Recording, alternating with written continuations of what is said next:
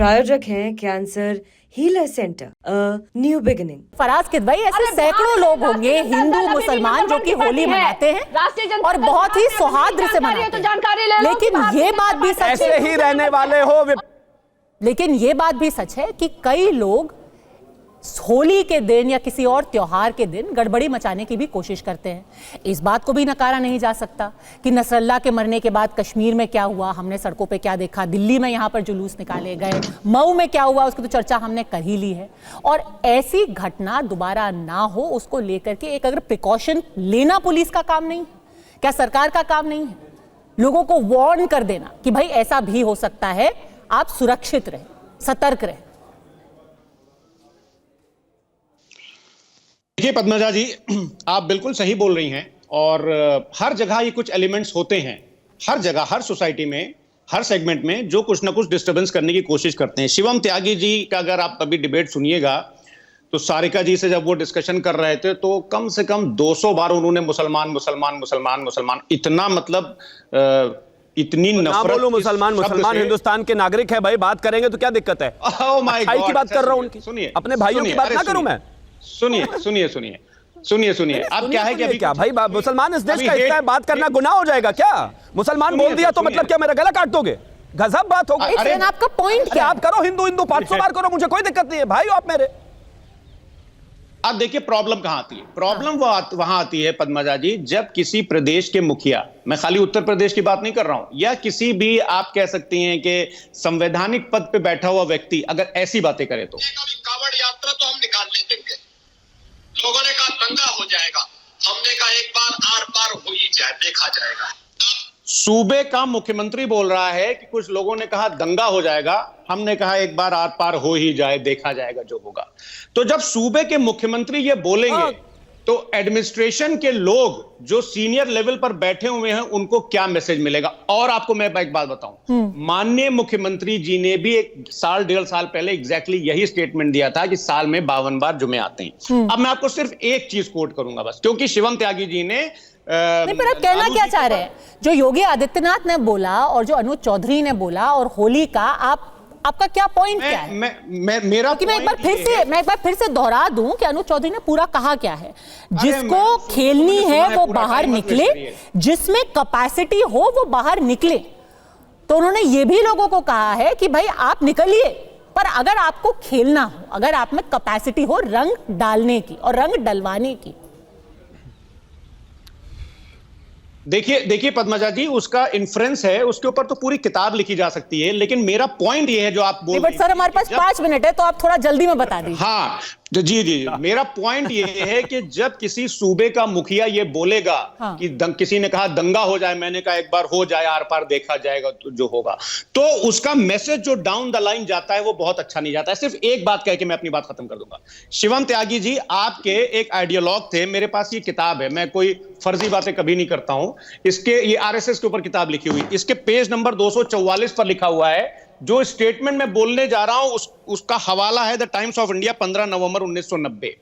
अशोक सिंघल जी कहते हैं कि if the Hindu sentiment sweep the whole country, the Muslims would realise that neither the police nor the government nor political parties would be able to save them from the wrath.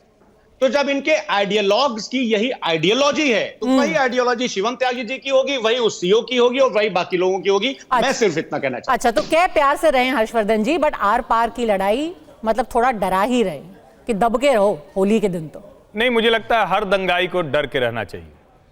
किसी भी दंगाई का दिमाग इतना नहीं खराब होना चाहिए, और शासन का इकबाल होता है। अगर वो इकबाल नहीं है तो दंगा होगा, जो उत्तर प्रदेश में भी होता रहा, देश भर में भी होता रहा। मुझे समझ में नहीं आ रहा है, अशोक सिंघल ने जो बयान दिया वो ज्यादातर जो मुस्लिमों के बड़े नेता हैं वो बार बार कहते रहे कि इस देश का हिंदू सहिष्णु है, इसलिए इस देश में सब कुछ बचा हुआ है। ये बार बार कहते रहे, बड़े बड़े जो मुस्लिम नेता हैं वो कहते रहे, अशोक सिंघल भी वही बात कह रहे। उस कहने में आपने धमकी निकाल ली। वो ये थोड़ी ना धमकी दे रहे हैं कि इतने 15 मिनट के लिए छोड़ दो या 5 मिनट के लिए छोड़ दो। और मुझे समझ में नहीं आता कि अगर दंगाई के मन में डर पैदा करने की बात है तो इसमें कहां से गलत आ गई? क्या आप पक्के तौर पर ये मानकर बैठे हैं कि कोई विशेष ही जाकर दंगा करेगा? आप तो कह रहे हैं, इसी तरह से आप प्रस्तुत कर रहे हैं। ये तो फराज भाई ठीक नहीं है, ये तो आप बैड लाइट पे मुसलमानों को पेश कर रहे हैं। ये तो एकदम गलत है। पद्मजा जी, इसका मैं हिंदी में ट्रांसलेशन कर दूं कि ना ही तो सरकार और ना ही पुलिस कोई नहीं बचा पाएगा। अब इसके बाद भी अगर हर्षवर्धन जी, आप तो पढ़े लिखे आदमी है, बहुत बुद्धिजीवी आदमी है और आपको पता होगा इस स्टेटमेंट के बारे में, लेकिन मैं 2-3 चीजें आपको और बता दूं। पद्मजा जी, I'd like to comment, please. के जैसे उत्तर प्रदेश के मुख्यमंत्री शेखर कुमार यादव जी के स्टेटमेंट के साथ मिल खड़े नजर आते हैं, लेकिन उत्तर प्रदेश के माननीय मुख्यमंत्री जी को यह नहीं पता है कि 7 मई 1997 को restatement of values of judicial life को ऑलरेडी स्टैब्लिश किया जा चुका है। प्रॉब्लम यह है कि जहां पर भारतीय जनता पार्टी के जो सीनियर लीडर्स हैं उनको यह लगता है कि अरे इसने तो बड़ा बांटने वाला बयान दे दिया, चलो उसके साथ खड़े हो जाओ। अब असम के मुख्यमंत्री जी क्या कहते हैं? संविधान की उन्होंने हाथ में लेकर के कसम खाई है ना।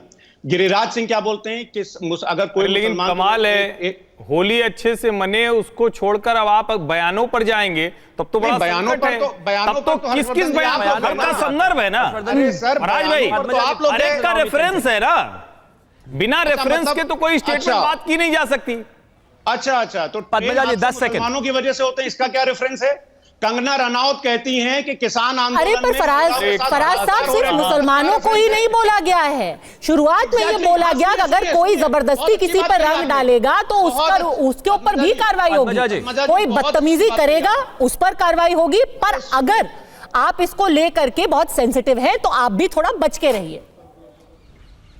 पद्मजा जी, आप सही बोल रही हैं कि भारतीय जनता पार्टी की एक महिला सांसद हैं जिनको 2014 के बाद आजादी का एहसास हुआ है, उन्होंने भी मुसलमानों को कुछ नहीं कहा। ये थोड़ा दूसरा किसी और ही दिशा में चला जाएगा। अभी अगर हम होली की बात कर रहे हैं, चलिए बताइए। बिल्कुल कहीं नहीं जाएगा। बताइए शिवम त्यागी, आर पार की लड़ाई वाला संदेश किसके लिए? मैं बोलना चाहता हूं। हाँ जी, इन्होंने कहा कि हमारे आइडियोलॉग्स किस तरह की स्टेटमेंट रखते थे, उन्हीं को एक तरीके से मैं अगर कर रहा हूं तो वर्बैटम कोट कर रहा हूं, उसी तरह की मेरी लाइन होनी है। अब आपके आइडियोलॉग, नेता, संस्थापक, जिस पार्टी के आप प्रवक्ता हैं, उसके सबसे बड़े नेता आदरणीय मुलायम सिंह यादव जी 2 फरवरी 2014 मैंने आपके लिए, अपर्णा यादव के लिए रैली करते हुए कोट करते हैं, आई कोट, मैंने आपके लिए यानी कि मुस्लिमों के लिए, राम भक्तों पर, कार सेवकों पर गोलियां तक चलवा दी, मैं और क्या कर सकता था। यह आपके लोगों का स्टेटमेंट है। अखिलेश यादव, सीएए में मरने वाले जो लोग हैं, उन पर जिन पुलिस वालों ने गोलियां चलाई हैं, उनकी वीडियो रिकॉर्डिंग निकालकर उनको जेल में डालूंगा मैं, अखिलेश यादव। और इसके अलावा और तमाम चीजें जितनी बार, ये आप ही का आइडियोलॉग है भाई, खुल्लम खुल्ला हिंदू विरोध है, बताइए। ठीक है, और ये तो बहुत पुराने भी नहीं है, आप तो फिर भी मेरे को 91 का किताब से कोट कर रहे हैं, मैं तो आपके नेताओं को कोट कर रहा हूं। अब आई आर पार की लड़ाई, यहां पर योगी आदित्यनाथ जी ने कहा कि ठीक है भाई दंगा, पुलिस वालों ने कहा कि दंगा होगा, मैंने कहा कि एक बार आर पार हो ही जाए। आर पार का मतलब है कि हाँ ठीक है भाई, आप अपनी यात्राएं निकालो, ठीक है, दंगा हो जाए, निकलती है तो हमेशा दंगा हो जाए, देखेंगे क्या कि दंगा होगा? नहीं, दंगा नहीं, आर पार कहां दंगा होगा देख लेंगे, हम उसका कंट्रोल करेंगे, लड़ेंगे नहीं, लड़ेंगे नहीं, आपकी तरह लड़ेंगे नहीं, दंगा होगा कंट्रोल करेंगे, पुलिस से कंट्रोल करेंगे। आर पार का मतलब भैया हम कोई गला काटने वाले लोग थोड़ी ना है भाई। ठीक है, अब देखिए बॉडी लैंग्वेज इस सब का विश्लेषण तो हम नहीं कर सकते, पर ये धमकी है या हिदायत, ये मैं आप पे छोड़ती हूँ। अड़ी मैम से जुड़ने के लिए आप सबका आज बहुत बहुत धन्यवाद।